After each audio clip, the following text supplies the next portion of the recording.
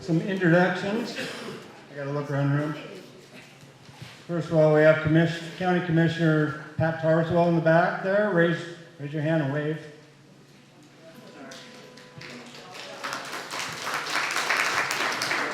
We have our auditor, Steve Dunkel.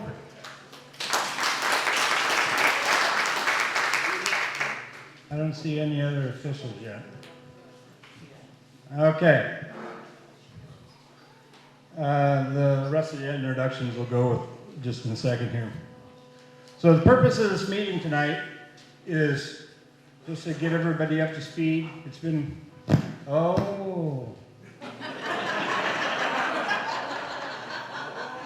we have Sheriff Ryan Sperling in the house.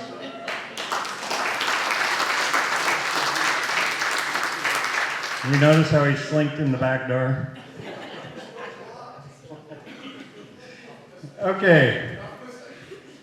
So the purpose of this meeting tonight is we haven't had a community meeting for a while, and the last one was like a year and a half ago at the Grange. And a lot of stuff's happened since then. So for the main purpose, other than just to get everybody up to speed, is for you to meet your volunteers, your first responders. So at this time, I'd like all the first responders that are here that didn't have other things scheduled to please come forward to appear with me.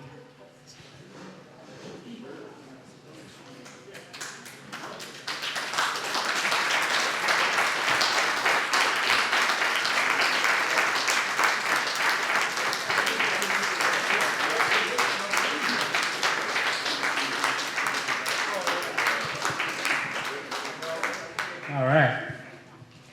So I'm going to hold the mic to you, and you can tell your own name. Melissa Kingery. Yay, Melissa! Walt Harvey. Let's hold our applause at the end, please. Walt Harvey. Colby Rosenow. Don Klebacki. Jennifer House. Jeff House. Amanda Kirkland. Nick Jones. Ronnie Tompkin. Ron Pumpkin. Rod Kingery. All right, round of applause now.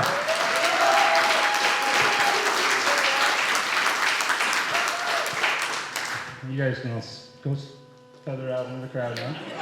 Everybody, please shake their hand, get to know them. They're the ones that are coming if you call 911. Now I'd like our 3 fire commissioners to please come forward.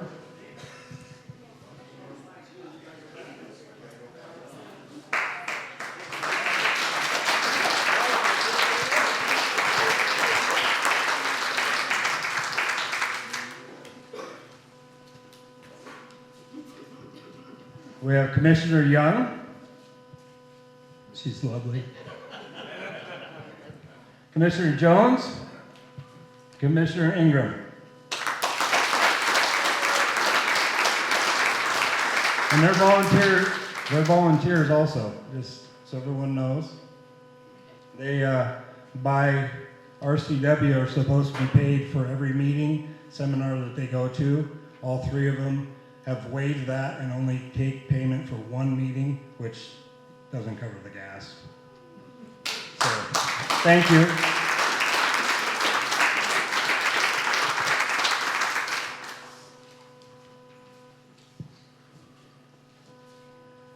Okay. I'll ask Trina to come back up here in just a second.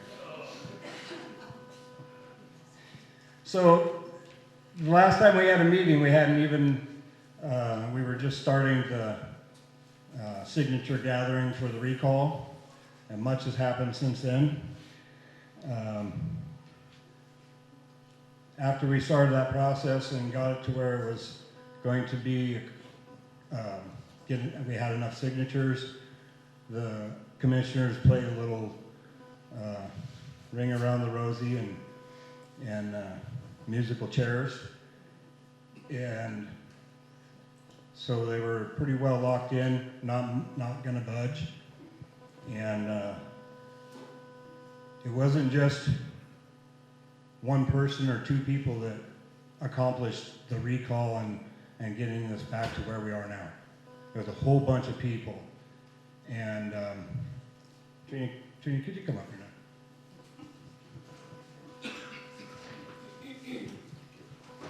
Anyways, it was many people. There was people doing paperwork and organizing stuff. There was people making phone calls. There was people doing paperwork. Just the people that were showing up at the meeting.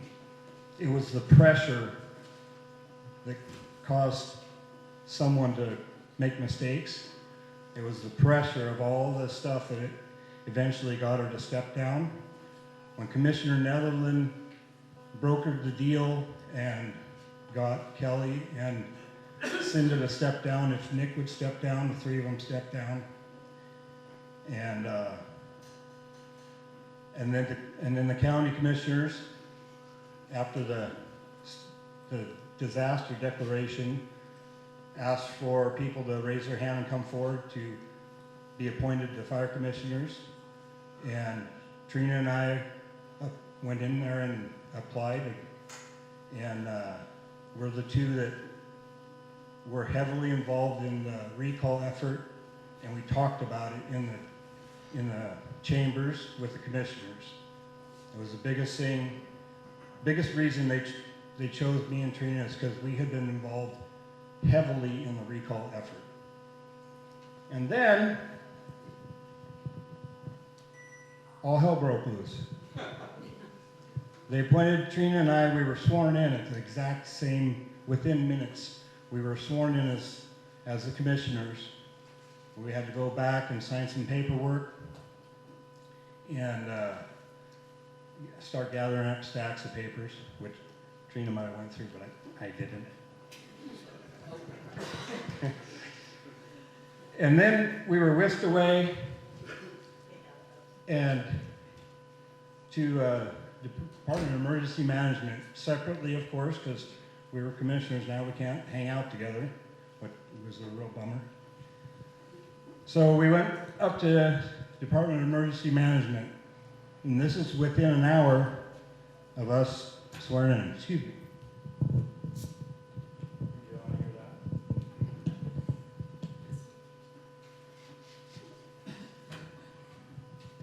Okay. It was at that point, of course, I don't know what Trina's reaction was because she was separate from me. But I was sat down at a table, and yeah, oh shit was right. And John Taylor and Bob Burbridge were there, and why do I always forget her name?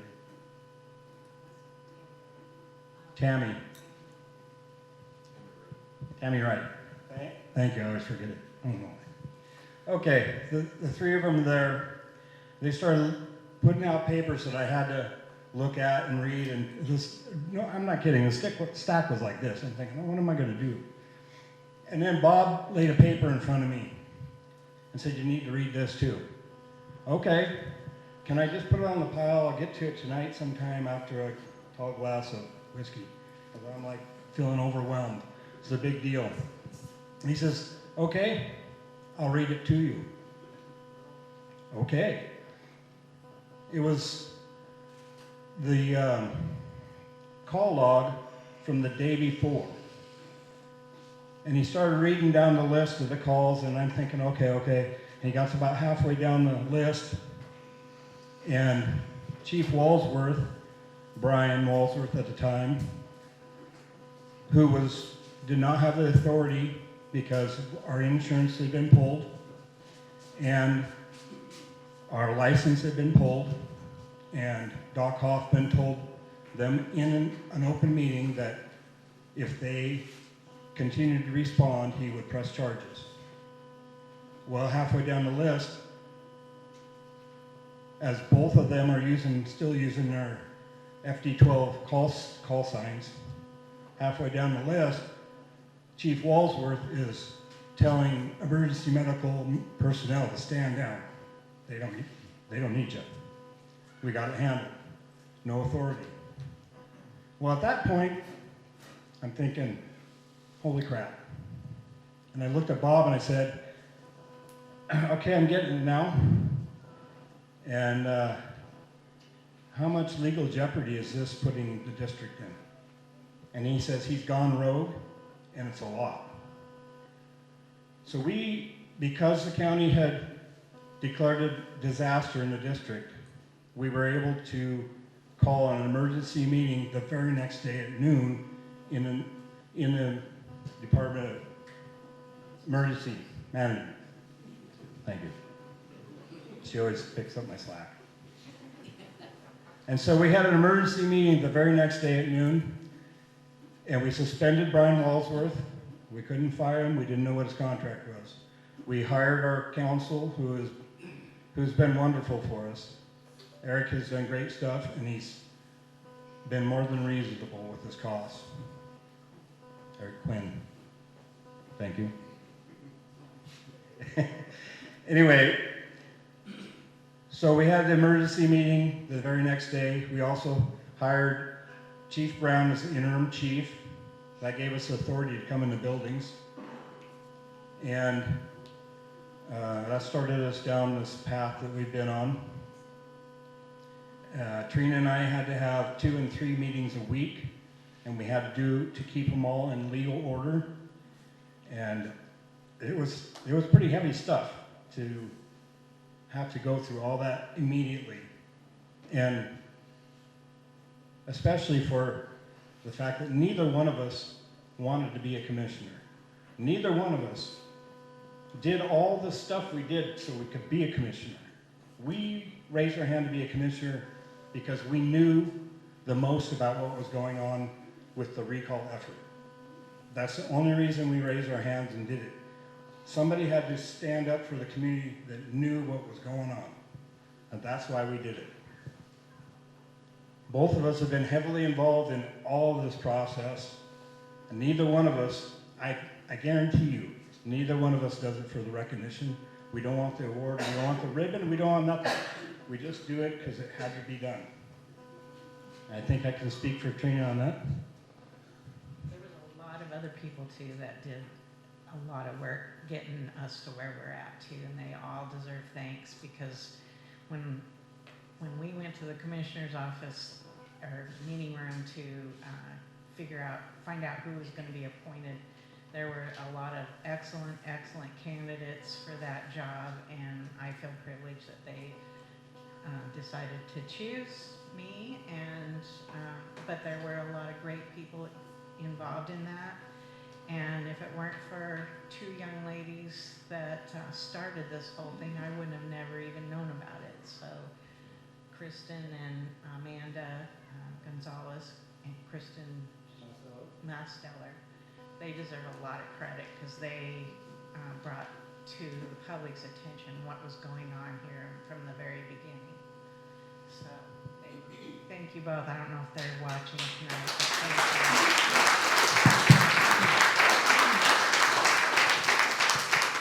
Yes, and so many people helped all along. Like I was saying earlier, people just come into the meetings all the time, constantly come to these meetings, and you never knew because they were pretty crazy meetings. All my crazy stuff, the signs and characters, it was all about pressure, and it put pressure on Kelly and Buck and Brian. It put pressure on them. It was a pressure from that, pressure from people showing up here, and even the phone calls that I had with Bruce at Cerro in the mornings at 4:30 in the morning while we were both on the way to work. Yeah, most of it was bullshit and bravado, but sometimes we came up with good ideas, and it was those little bits and pieces, because these people are crazy. You never know what they're going to do, and I thank Randy Netherland for brokering that deal, because we were at the point of, well, gee, we're going to have to get another attorney and go to court again. And so that saved us a lot of money just to have the 3 of them step down, and then allowed Trina and I to step up, and then of course then we got thrown into the fire literally. And but we made it through, it's just been tough. And like I say, neither one of us does it for the blue ribbon, the award, or anything. We just do it because it needs to get done. And I just wanted to bring Trina up here and let everybody know that first day especially was tough, because the weight was pretty heavy on our shoulders.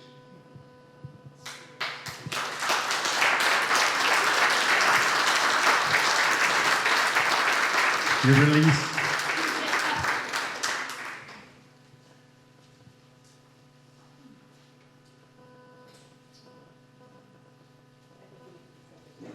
Okay.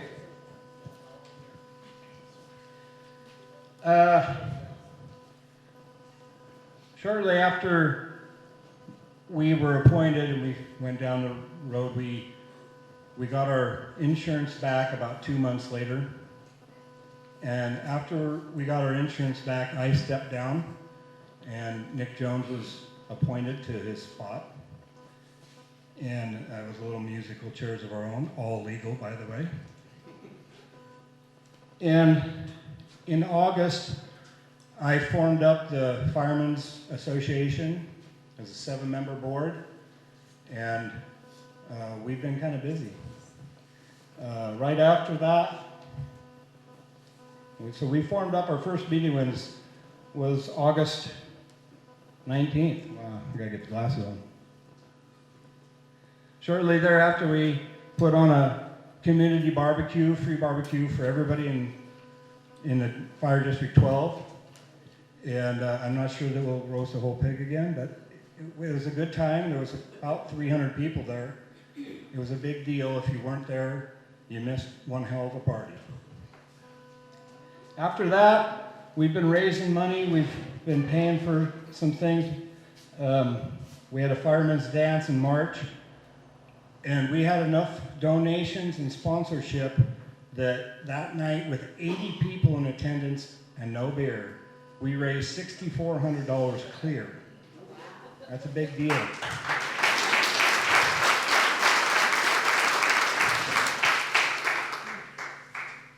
And since then, we bought, stand up, Rod.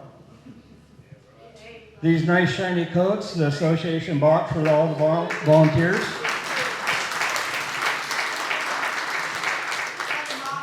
That saved the district. That saved the district $1,800 of taxpayer money that the fire association paid for. We also recently bought a $2,500 Tough Books laptop for the command vehicle for the chief, among other things. And we're going to continue to do stuff. That's what we're having this dinner tonight. In a few weeks, we're going to have a firemen's games, as have never been done out here before. It's for our volunteers for now, for this year anyway. And I encourage everybody to come down. It's not going to be one of those crazy ones you see on YouTube, trust me. That 40 miles an hour and then the ladder pops up and he's up there and rings the bell and down in 2 seconds. That's not what we're doing. Anyway, the association's been busy. After while you're eating and afterwards, check out all the trifolds. There's a ton of information back there. There's a timeline. It doesn't have everything on it, but it's got a lot of stuff. There's interesting facts, there's historical stuff, and there's just some plain funny stuff out there just to give a chuckle. Okay. Our community credit union, they know about our situation out here. They have many of their members are in our community out here. And they want to help our community and help this fire district rebuild. And I just checked the other day, and I was informed that they want to help us with projects rebuilding and modernizing this fire district. And I confirmed yesterday they are awarding the Fire Association $20,000.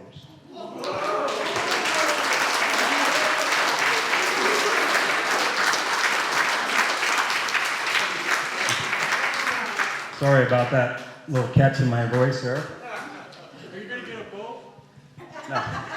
Because when he told me that, I had to take a double take. I said, did I hear that right?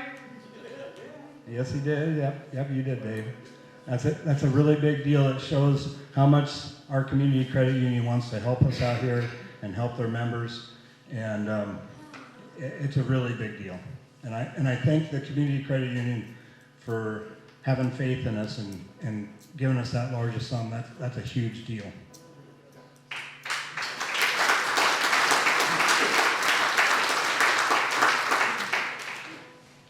Okay. At this time, I will have the man who volunteers and spends 20 plus hours in the office doing paperwork. Just this morning did a 4-hour training.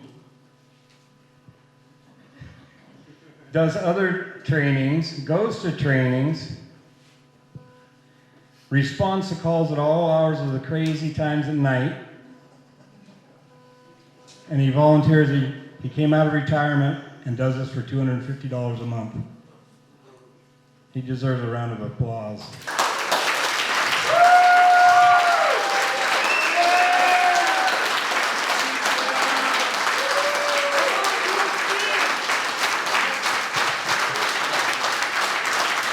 My friend, Chief Mike Brown. He's going to give you a little update rundown on the fire department and whatnot. And take it away, Sam. Thanks.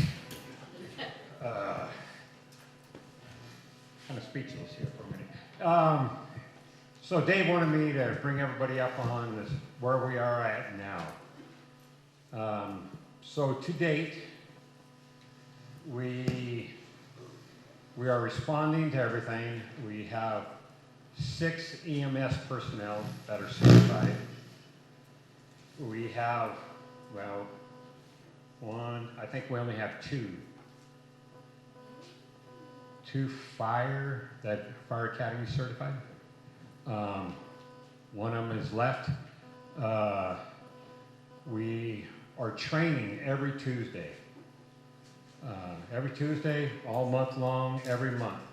We're training, we're getting ready. We've at this point, we've been trying to get everybody up to speed just to be out here and doing what we have to do to be on our own. And we're now, in 2 weeks, going to start bringing everybody up through Firefighter 1. It's not like sending them to the academy. They won't get a SAC rating. But it will bring them to the level of Firefighter 1. And so if they do want to eventually go to the academy, it puts them right there. And it brings everybody else up to everything that an academy student learns. Where the Washington Fire Chiefs gave us the literature, the books, or the book and the different forms for all the students, and they gave it to us for free because they knew what we went through. And so they're behind us. So we are training. And the volunteers you've seen up here, you know, they work, they have families, and they're giving up all this time, so, you know, it's a call on their heart, and I think that is very important. We are here for the community. That is what we want to be. We want to be loyal to you guys. We want to serve you guys. I mean, I think that's what all our hearts are. I've been doing public service, I mean, ever since I was a teenager in high school when I was a police cadet. So I think it's an important thing. Even through my military career, I did public service in different areas. So every one of these, that's their heart. And to me, that deserves a round of applause. They're the ones putting in the time.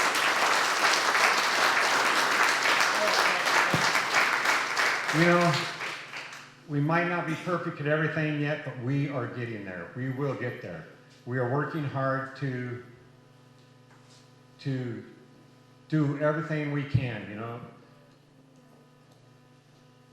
We are 100% volunteer, and I remember when Eric Quinn told me, you know, I was talking to him about, you know, all the different stuff we had to accomplish, and he goes, legally by a volunteer district, you have to do what you can with what you have. And they're doing it. They are really doing it. So hopefully in about another year's time, we'll have a lot of people, all of us, will be back to firefighter level of firefighter 1, train 2. Finance-wise, I think about 59% of our tax money came in so far this year. So money is still very tight. You know, we can't just go out and there's no just going out and getting exorbitant things. We can't do that. There's still things that we have to get on the apparatus to get in accordance with the NFPA. The stuff that we had here before is gone. And so, you know, it's a very tight budget. And then in November is when we get our second half taxes, and then we can go from there. We're still in the state audit. Our accountability audit, I think, is pretty well wrapping up. I don't know when we'll see the report. They haven't said that. We have another meeting with them Monday morning. But the fraud audit, I imagine that will still take a while. They are looking at 21, 22, and 23. But we're still being billed for that. I think it was like 82,000 last year. Yeah. And it'll probably be equivalent to that this year. They are trying hard to not spend more time than they have to on it. They know our general fund is only $228,000. So when you have to pay 80,000, you know, that's a huge chunk right off the bat. And that's just for one thing. And so we got to get through that this year. They've allowed us to do payments so that we're not going broke at one time. And so we're working on that. We did receive a $100,000 grant from DNR. And in our meetings, when we were doing our strategic meetings, we were looking at one of the things that we needed to get done was possibly upgrade the tender. The tender we have, although it's still running great and everything, it's very hard to drive. And it's got a 10-speed Road Ranger in it. It's on airbags. It's only baffled twice to and from the front to back. Zero side to side. And so I told them that was one of my main priorities, because if you don't have water in the fire, you can have everybody there, you can have them all bunkered up. It's not going to do you no good if you can't get the water there.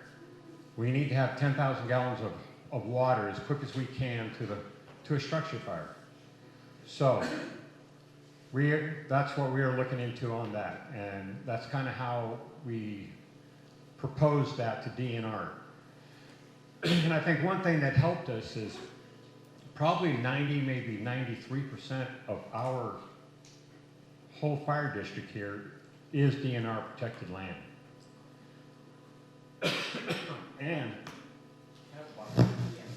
And the other 7 to 8% that isn't butts up against DNR land.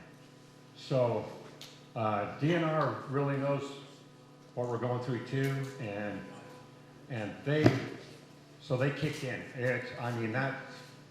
That's amazing. You know, it's in it.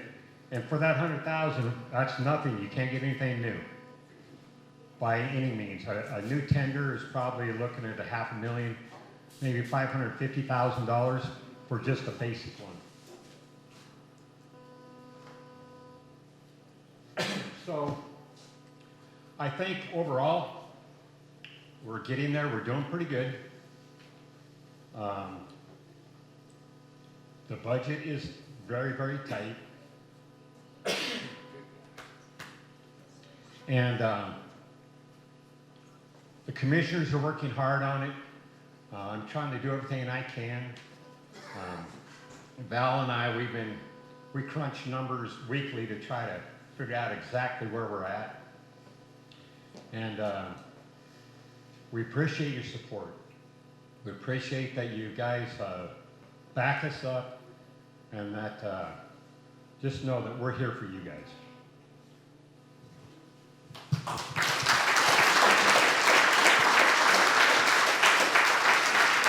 Thanks, Chief. I forgot something. Imagine that. Couple things. All that pressure that all of the people that were involved in the recall, including the letters to the U.S. Attorney, including them coming to the meetings, all that pressure, that is part of the reason that Kelly didn't drain the accounts to zero. Luckily, there was approximately 400,000, so we were able to survive. And anybody that has any questions about the costs, why things cost so much, why is there no money? There's a trifold back there, the one with the flames on it. It has a bunch of facts of what we've had to deal with in just this past year, the way things were left.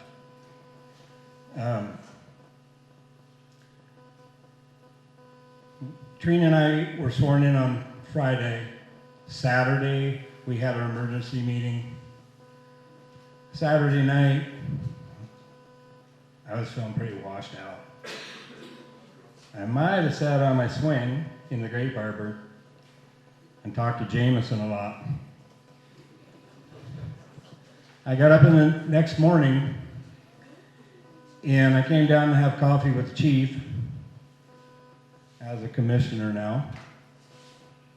And I went in and I sat down with him and he said, "You want a cup of coffee?" I said, "Sure." He said, "Then what do you want to do?" I said, "Well, I had an epiphany last night. You know what I did with all that paperwork and books and all that stuff they gave me?" He says, "No." I said, "I threw it in a corner. I got a district to serve. I don't have time for that crap." "Well, what are we going to do, boss?" I said, "We're going to finish this cup of coffee, chief, and then we're going to go kick that damn door in." And that's what we did. Luckily, Nick's code still worked on the doors, because I don't know, my leg would have not kicked that one in. So we came in the hall here, discovered all the keys to all the emergency vehicles were gone. They had been here when Kelly did the walkthrough with Mark Neary, the county administrator. But when we came in there, they're all gone. We had to rekey all those vehicles. We had to rekey all the buildings. And everyone that's come to any of these meetings before, you couldn't use the bathroom because it was out of order. It was just, water was just turned off. And the infamous kitchen door was always locked and no one was allowed to go in there. And I don't know how many times Virginia asked for a tour of the kitchen. Well, me and Mike had a tour of the kitchen, and we had to bust the door in, and we went in there and looked, and it was a complete crap show. And there was bucketfuls of mouse crap on everything in there. You can't even imagine how bad it was. There's some pictures on that trifold back there that show the kitchen, the sink full of dirty dishes, and with a pizza cutter on the top. Imagine that. We went into the storeroom. Everything is shambles, stuff thrown everywhere. The district safe is wide open. Everything has been shredded and it's empty. There's nothing in it. There's shredded paper everywhere. And there was a bag of shredded paper there with all the titles from the vehicles shredded up in the bag. That's what we walked into. And then I told Mike, "We got to get out of here." We took some pictures. I said, "We got to get out of here. This is a crime scene." So we backed out, closed the door, and called Jeff Rhodes and had him come in and take the evidence he needed to take and take a lot of pictures. So it's just one piece. It's an important piece of the story you need to know. Another thing I forgot. There's been many questions about the Fire Association 7.0. What does the 7 mean? The 7 is because there's 7 people on the board. That's a short answer. There's more to it, but it wasn't 7 people that made it all happen. It was many more than 7 people. There was lots of people that made it happen.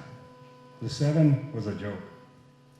And then I just took it and put it on the 7 on the association because we needed to have a name that for sure Kelly had not opened another fire association at some other time that we didn't know about. And trust me, there was all kinds of hidden things. We just didn't know. So we just put 7.0 on the end of the fire association because there's no damn way she called it that. So there's the explanation of that. At this time, the one thing I really did forget, and I want to make sure, I'd like all the association board members to step up here with me, please.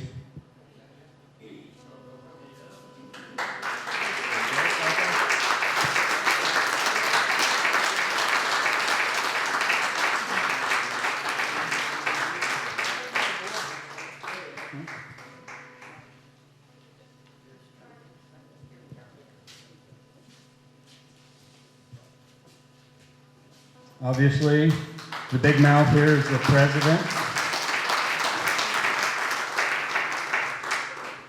I'm the president, the big mouth here. Vice President, Derek Nygaard. Treasurer, Shirley Brown. Secretary is Teresa Bush. Other voting members is Whitney Lee. Jill Hall. Last but not least, the new chick, Patty Tupper.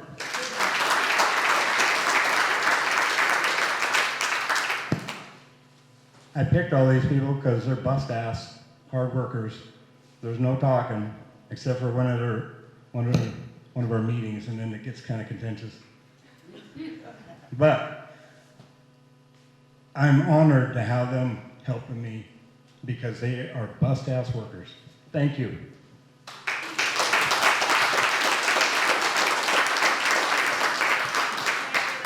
Now back to your positions.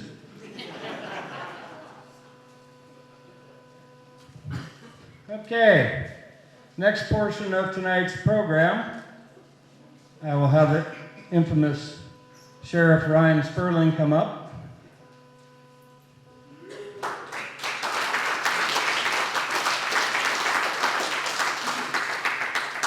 And he'll give a brief review of the current standing of the investigation, and then I assume he'll take a few questions after he gets done with his speech. Don't know about a speech. First off, I want to say I'm so proud of the Matlock community. The resiliency, the steadfastness, the dedication to the community to be able to come up. It would have been easy to throw in the towel and say, I give up. How many years did you wait until you got your fire district back? And I can tell you, from my vantage point, there's nothing more disgusting than somebody who takes advantage of an elected position. Because they have authority. And when they have authority and they abuse it, it's not right. It's not right for the community. We didn't get involved in the investigation until just a year ago, because the FBI actually, when they saw the SAO and it made national news, the FBI came to Sheriff Salisbury before I was in the position and said, hey, we have a government corruption unit, we would like to take this case. They met with the prosecutor and they agreed that the FBI would have more forensic auditors and more power to do things with the bank records and that type of thing, because they have more resources than we did as an agency. Talked with the FBI once I got in. We had our meeting in November. There was 80 of you or so, maybe even a little bit more, and I think it was 18 degrees and we were in the Grange Hall in November. Do you remember that? It started off really cold, but as all the people poured in, it started to get warmer and warmer and warmer as everybody was highly upset. But here you are now, your fire district is back together, and it's because of the community. I'm extremely proud of each and every one of you, Dave. Mike, so many people, Trina put so much work into this, Nick. Other elected officials have come around you to try to help. The investigation is thick. And you can see the trifolds over there of some of the different things that have gone on. There's a lot that goes on. The FBI, Jeff has worked closely with the FBI. Formerly, Detective Sergeant Jeff Rhodes just recently, this week, promoted to Patrol Chief, Jeff Rhodes. He gave you an update on Wednesday of the charges that he recommended to the prosecutor. I'll give you a overview of those again. The first one is leading organized crime, and that takes 3 people to even have that. Number 2 is theft in the first degree. Number 3 was forgery. Number 4 was trafficking of stolen property.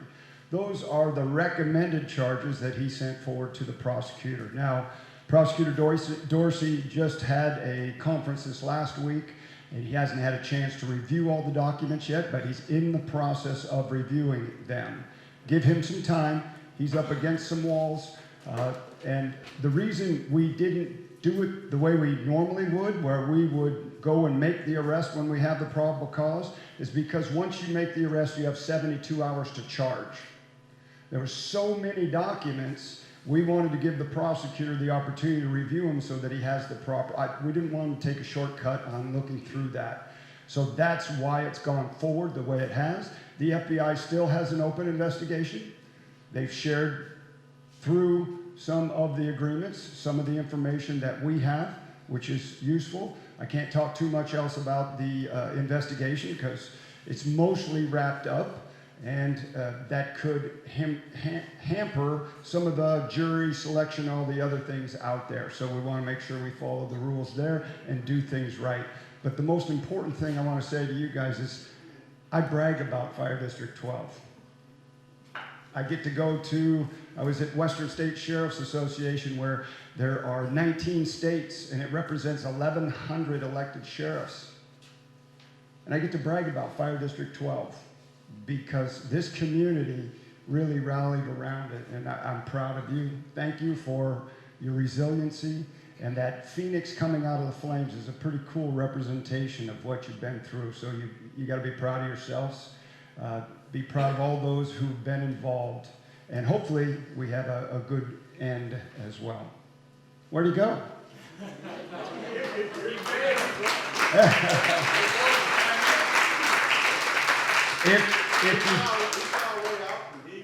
If you do have questions for me, I'll be hanging out. You can ask me individually. I'd rather probably not answer too many of those questions in the big group. All right. Next we'll call, who are we going to call up? Oh, there you are. You snuck back in. He was checking on the hot dogs. I'm all done. Well, thank you.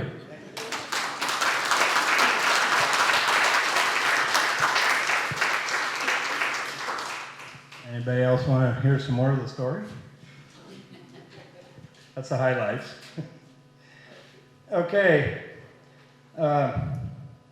So I'll just give you a rundown on how dinner's going to work before we all go in a thundering hearse. So I'll have everybody go out the front door. Not yet, don't go. We'll go out the front door, we'll line up out back. You'll get your hot dog and condiments and stuff and bun and stuff outside. Come into the kitchen back door, you get potato salad, there's some chips, there's also a baked beans, and then come back through this door this way into the hall. And while you're all out there milling around, the volunteers are going to set up the rest of the tables, wipe them down, put some chairs around them so when you come back in, you'll have a table. Everybody got that? Don't go yet.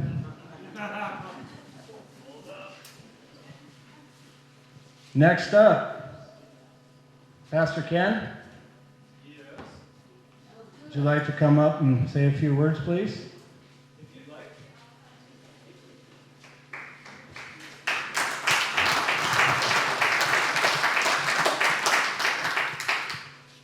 Sorry to put you on the spot right when you come in the door, but that's the way it goes. That's all right. I was asked to come and speak just a little bit to what's going on, what's happened in the past, and all of that kind of stuff, and to try to get some healing in our community. And the only way that I know to do that, of course, is with God. Now, I'm a pastor, so you would expect that, I hope. The fact is that when we live in the past, we become prisoners of the past. We can call it our future if we want, but our future is our past. We need to learn from the past, move forward into the future. I'm not saying forgive and forget and all that kind of stuff. We never forget what happened to us in the past, but we do look to say, you know what, I learned some lessons here, and I want to make sure that those things don't happen again. And if I can make sure those things don't happen again, I'm going to pass it on to other people so they don't happen again. That means that stories don't have to keep happening, but what we learn from it is that we have to keep an eye on what's going on. How many people here, before all of this happened, 5 years ago basically, how many people here actually attended meetings here? How many people actually came and sat and listened to all the meetings that were going on? One or two, maybe. But now you're all together. And that's what we learned from this instance. This is what happened, is this community came together. You have a whole new set of volunteers that are out there ready and willing to come and help us when we need help. Because of what happened. And because of a few that came through and said, hey, this is wrong. And how they did that or another story, it doesn't matter. The fact is there was wrong that was happening. And a lot of it was criminally, as we just heard. Is there some charges being preferred to the district attorney? There's a big long story that goes along with that. And I've been on both sides of those stories. I was a detective for a long time down in San Diego, and I worked with district attorneys all the time. I work with attorneys. I understand that system. And it's not the system that you guys would like. I guarantee it. The fact is you see something wrong and you want it fixed now. That system doesn't fix things now. It takes time. And that's time that we don't want to sit and deal with. But the fact is if we learn what we had, we learn what happened, and we just make sure that things are put in place so that it can't happen again. We don't need to keep talking about what happened. We all know. Let's just move forward, and we have a new future and a new process that goes moving forward continuously. And for me, like I said a minute ago, is that it's with God. Because I tell you what, people have done a lot of bad things to me over my years. And I know they've done a lot of bad things to all of you guys. If what happened here at this district, and you think about it, and it churns in your stomach, to where you just get all anxious, your blood pressure goes up. What does that do to you? It creates a health problem. Do you want that? It's time to let go. It's time to move forward. It's time to be educated and stop doing all of the backbiting and all of the other stuff. You know, I'm not going to say that the people that were here were all great and all that kind of stuff or anything like that. I'm not saying that. But I'm not going to say they were the worst people in the world either. They took on a job that none of us would take on. And they did it, maybe wrongly, but they did it. They started out with good intentions. They definitely did. They started out with good intentions. All people start out with good intentions. I was a firefighter, in a volunteer firefighter, in a volunteer fire department, and then I was a paid firefighter. I had the greatest of intentions, and I wanted to help people. I became a police officer after that. I wanted to help people. And I found through the system that you don't always get what you want. As citizens, we don't always see those sides of things. And that's why I was called in to actually talk with you folks.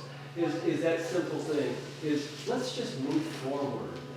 Let's not forget, once again, and forgiveness is huge thing, but that's a prison that you live in. If you choose not to forgive, even if somebody hurt you so bad that you want to just keep holding on to that, that's what you'll hold for the rest of your life. And if you want to keep holding that for the rest of your life, that's your choice. It's not my choice, it's your choice. And I only can do those kind of things through Jesus, my Savior. You do it however you want to do it, but that's the only way that I can do it. I've found a lot of things in my life that I've gone through and that people have done to me. Even in the Christian world, people have done things to me. And that forgiveness comes, and then I feel at ease and at peace. And I don't know if you guys want that in your life, but if you want that in your life, that is what you need to do. Whether you come to Christ or not, whether you figure out a way to do it on your own, that's your choice. If you want to come to Christ, hey, talk to me, I'll tell you all about it. But that's pretty much the whole thing. What do you think? Dave asked me to come up and say that, so I'm going to say it and be done with it. Unless anybody has any questions. Thank you.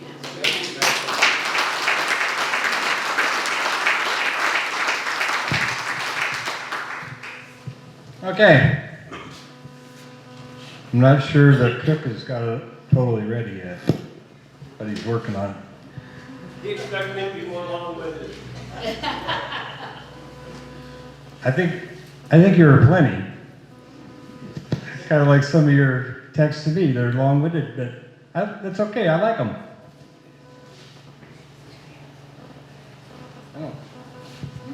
Okay. One announcement that I need to make. The Grange Hall is having a dance tonight with a DJ. They're a solstice dance, and it's from 6 to 9 down there at the Grange. So when you get down here and you feel like you want to go down there and boogie a little bit, it's happening. Another thing, Steve Woods? Yes. Please come forward.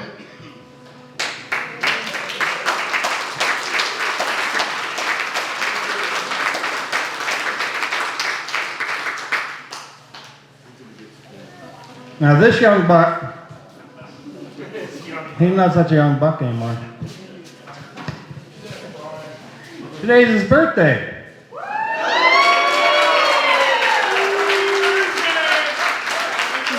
The big 8-0. 7-0.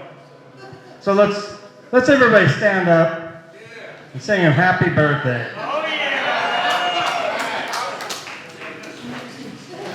Happy birthday to you. Happy birthday to you. Happy birthday, dear Steve. Happy birthday to you.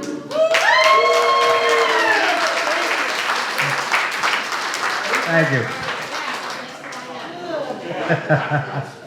No spankings. And after everybody has hot dogs and potato salad and whatnot, there'll be some cookies put out after this time, not during. Afterwards, and there is birthday cake also to be put out. So just 1 second. Okay. Everybody can mosey on out. It'll be a line, so some of you can mill around back by the trifolds and learn some interesting facts. And other than that, everybody just go out the front door there and walk up. Oh, wait. Oh my God, I forgot. Hold on. I can't believe I forgot this. As you drove up, I don't know if anybody noticed, there's a fresh coat of paint on this building. Does it not look awesome?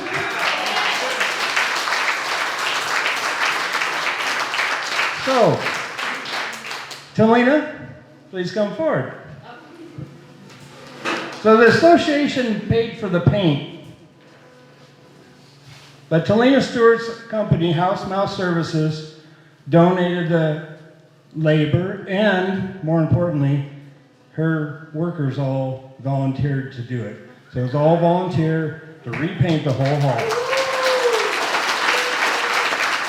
Thank you, Karina. It was awesome. Just the other night, well, I think it was about the fourth night that Teresa and I were here till about 8:30 or 9 o'clock at night, working on the timeline trifold because it's kind of complicated. And we were standing outside, just talking outside in front here. We're just looking at that building, and I said, "Ah, dang. You can't help but feel proud just looking at that building, how nice it looks. It looks beautiful." And then some of the volunteers this morning dressed it up with rock, and they were careful around the new planter boxes out there with flowers, and the dahlias are coming up. It's nice and inviting. So as you walk out to get your dinner, stop for a minute and look at the building. It just looks beautiful. Okay, now you can mosey.